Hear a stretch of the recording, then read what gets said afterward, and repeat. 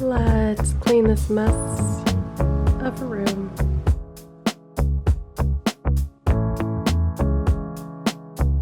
Okay, much better.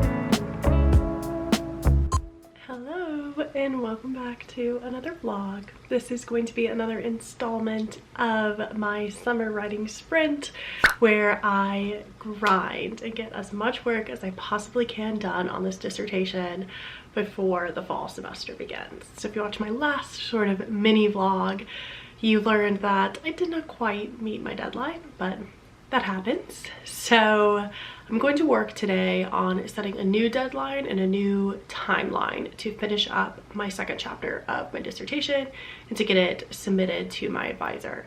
Finish up the first draft, that is. He'll have to give me edits and stuff like that. It is Wednesday, so I have my summer writing group with some pals from my cohort at 3.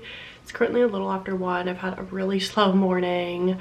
I just cleaned my kitchen, cleaned my room. I was out of town this past week, so I'm just like easing back into some things. And I think I'm gonna continue just like warming up my brain a little bit before trying to get to work at 3 in this summer writing group. Purr, you're having a lazy day too. She loves to lay on my bed when it's freshly made, especially when I have a candle burning.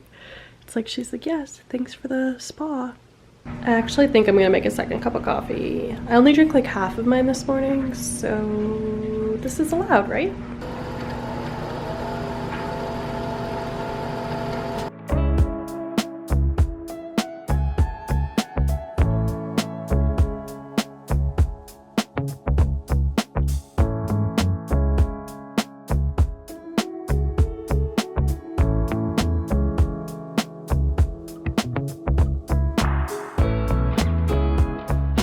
Okay, it is a little after 5:30, 5:48, and I'm back home from the coffee shop where we did our writing group. My goal we really only had an hour to write together because Megan and I got there at like 4 and it closed at 5 when we thought it closed at 7. My goal for that session was just to like get back into things. I feel like it's really hard, even if I only step away from the dissertation for like a few days, to just like get back into it. And I'm like, wait, what was I even working on? Even like getting back into it after a weekend can be hard. So I just like moved some paragraphs around, watched a video, just like started getting some thinking done. And then the big thing that I did was like make myself a bit of a timeline or plan on everything I want to do for each day till the end of next week to have the chapter like done and polished and everything and ready to send to my advisor. I also sent my advisor an email and was like, hey, you didn't miss an email. I never sent you the chapter. Surprise, surprise, missed a deadline. He's not gonna care, but just it's good to keep him in the loop. So I don't feel great. I wish I got like more done today, but that's okay. My goal was just to like ease back into it, start thinking about it again, familiarize myself with what I'm even arguing in this chapter. Time to make some din. So I tried to make these tofu broccoli rice bowls, which we've made before, but I misread teaspoon and tablespoon with the cornstarch and the sauce, and the consistency is obviously not right. I think it'll taste okay, I hope. Good morning. Today we grind. No one ever knows where we're heading, where the story goes. You just gotta own on to your path. What feels right in your heart and your soul. I know you always wanna do what's right. Okay, checked in with the people in my dissertation writing group. We set our goals for the session. I'm gonna put on my headphones. This is like the Pavlov effect where I've like put them on and I feel locked in and ready to go. And I'm going to work on getting all of my new writing done before I go back and do some edits. So case study number 4. That's what we're working on for the next few days. This is the one about Catherine Manning, where I'm talking about how she's using self-censorship and self-disclosure specifically in her vlogs where she is pregnant or has already given birth, and how she's talking about her son. And she has a lot of meta commentary on what she chooses to disclose and what she chooses not to. And I need to really sit and think and write my way into these ideas of what this means about embodied hyper-awareness. So let's go.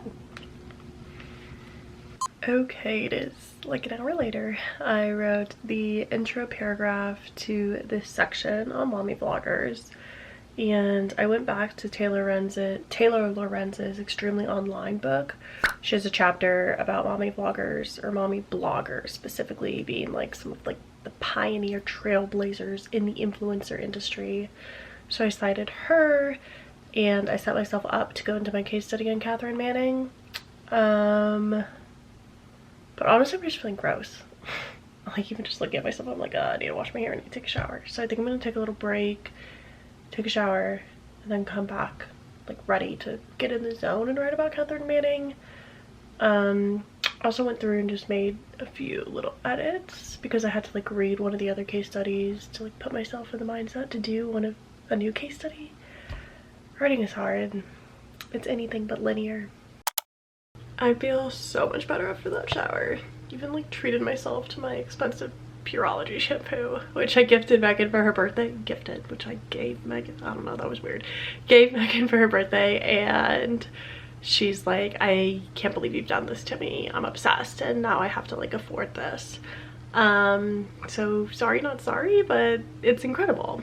So I'm gonna let my hair air dry for a little bit, do some dishes that I was too lazy to do last night, then blow dry my hair. Then I think what I have to do today is go to a coffee shop. I think that's the only way I'm gonna get work done today. I think I'm gonna go to Morgenstern's, which is a local bookstore here, but they have like a cafe area and it's close by, so that's an added bonus. Okay, let's go to Morgenstern's and get some work done. Here's a fit. I thrifted this top from Goodwill when I was home. It's Brandy Melville, which I know there's like the Brandy Hellville documentary that I just watched a trailer for, but it's thrifted, so does that make it okay? And then these shorts I got on sale at Abercrombie in Florida. I love like the loose fit of them. So let's go. Time to work, time to grind.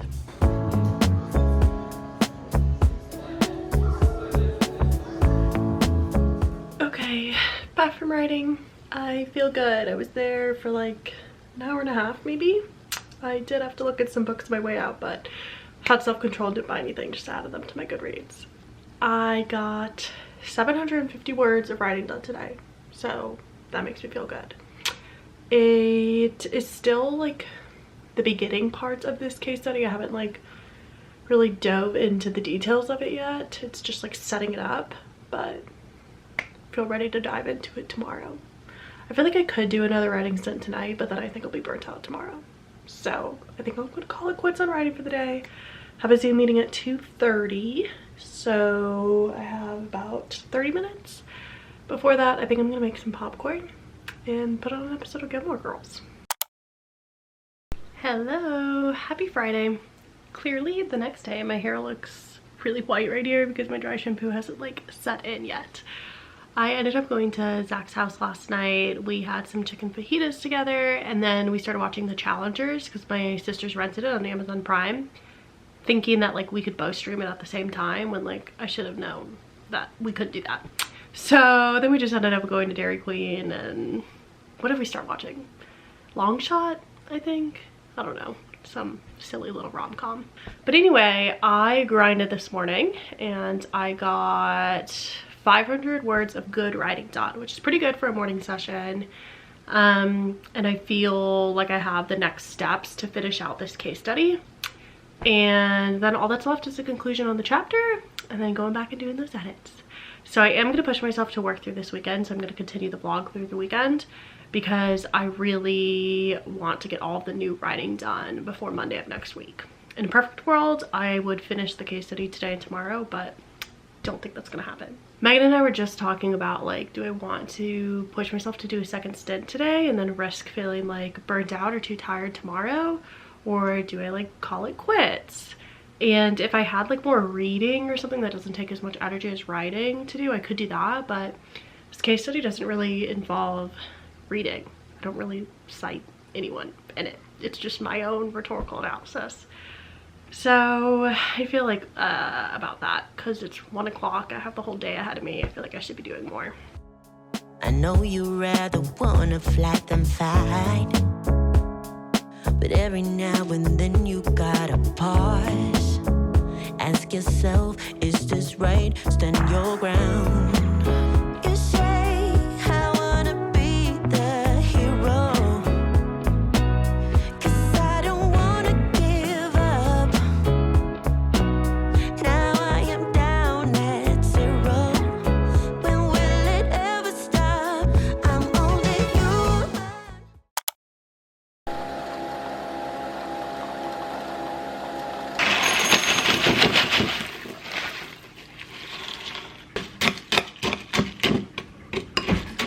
Hello, good morning, happy Saturday. Hi. I wanted to call you TT Megan, which is what my nephews call her. Well, I wanted to do the Four Seasons Orlando for no reason. Oh my god, me? there's a car. And I don't Me? I don't have my seatbelt on because we're just going to the trash, everyone. We are on our way to Crumble Coffee, surprise, surprise, but we're going to the downtown one, which we went to on Wednesday. The vibes are pretty good there. I hope they're still good on the weekend. Yeah. I want to try a drink from there to see if they're better than the drinks from the Crumble by us, because, you know, I've ranted about that before. But we're gonna grind. We're gonna get some work done, and maybe Megan will tell you what her dissertation is about today. Nope. Downtown was closed. Had to come to our usual spot. I forgot about that. How am I supposed to cope? One bad decision. I'm running out of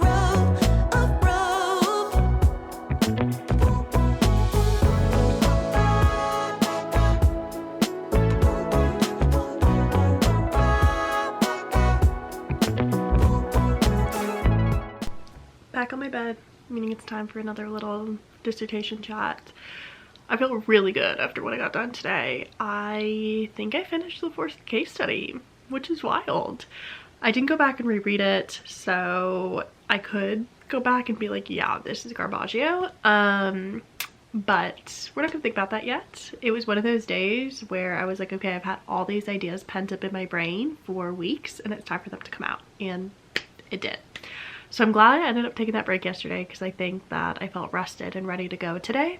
I'd also like to thank coffee and the iced chai that I got, even though I think that Crumble's teas make my throat a little itchy, so I only drank like a couple sips of it. Clearly I'm very energized. I would also like to thank Past Me for leaving such long block quotes that really make me look like a super productive writer and get that word count way up. When you're doing rhetorical analysis, you have to spend quite a bit of time describing the object, and for me that means my purr.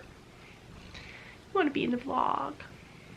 For me that means having some transcriptions of what the bloggers are saying and describing what's going on.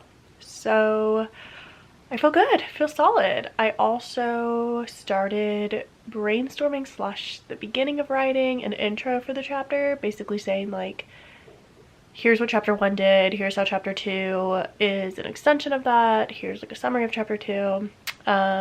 So that should set me up hopefully nicely to go into next week just making edits on chapter 2. I'm scared to look back at everything because the edits aren't simply just like little highlighted sections where I'm like, oh, add a page number here, cite this, or just like stylistic edits. It's like a lot of content that needs to be added. So when I did my very first case study on Brooke Miccio, I wasn't fully sure the argument that I wanted to be making with these case studies. So now I know that I'm highlighting the ways that these vloggers are using self-censorship. Okay, perfect. And self-disclosure to ultimately, for me, to make the argument that the act of vlogging facilitates, fosters, cultivates what I call embodied hyper-awareness. But when I was doing that first case study back in the day, I was like, do I want to highlight the ways that it's cultivating embodied hyper-awareness and audience hyper-awareness? So I think that that one's going to take some revision and some refinement. I'm hoping that as each of the case studies progresses, they get better. That's the goal. And I know that there's like a significant chunk in my second case study on Jenna Hong where I just like left a big blurb and just rubbing it against the camera and said like, explain how this relates to embodied hyper-awareness, which is like the whole goal of the case study. So a lot of work that I'm gonna have to do there, but I'm glad to be in this position where I'm feeling like I'm good going into where I want to be. I feel like I'm gonna meet this writing deadline. You've been rotting on my bed all day. I just finished this book.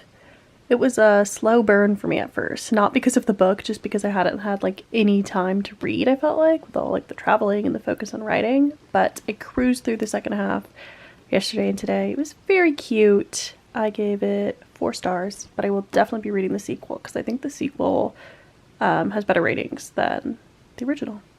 I also think I'm going to reward myself for a good little writing day by going to Ulta. There's like this body spray from Way that I want to look at, and if not, I will just restock on my usual Way perfume because I love it so much. And I'll probably pop into Fresh Time and get some stuff to make some veggie burgers for dinner.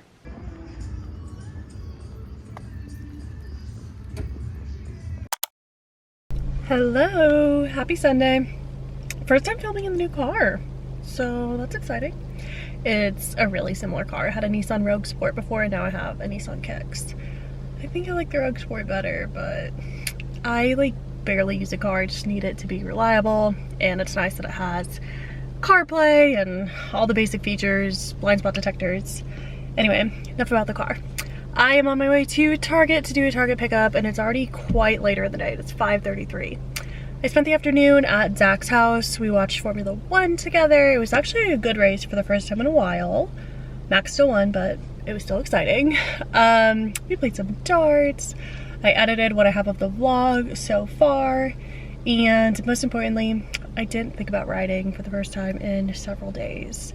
It's been really nice just to take like a total intentional break from work today, so I can go into editing next week with a very clear mindset.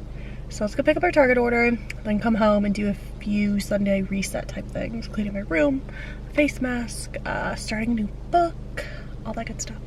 Quick Target haul before I blow dry my hair. The usual suspects: antacids, take 2 every night, toothpaste, and a face mask. This brand is so expensive for one-time use, like not like a jar of a clay mask, but I love it, so it is what it is. And then I got a swimsuit top. Yep, the sensor is on. And a little workout top. Yep, the sensor is also on. So that's never happened to me in Drive Up. I'm sure I can go in and just like show them my receipt or my order and be like, can you take this off?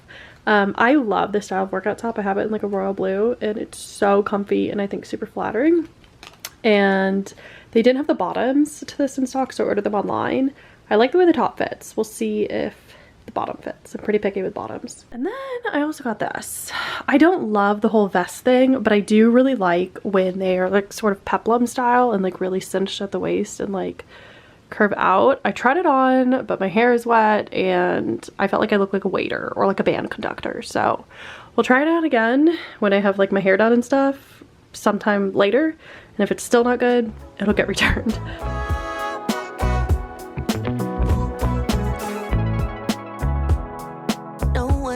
No one ever knows where we heading, where the story goes. I just gotta hold on to my path, what feels right in my heart and my soul.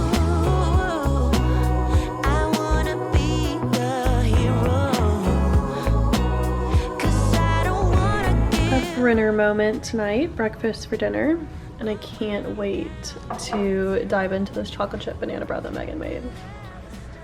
Megan is having chicken nuggets and mac and cheese. This isn't bad. Barbecue sauce. It always surprises me that she dips her nuggets in barbecue sauce. Mango croaker version of LaCroix.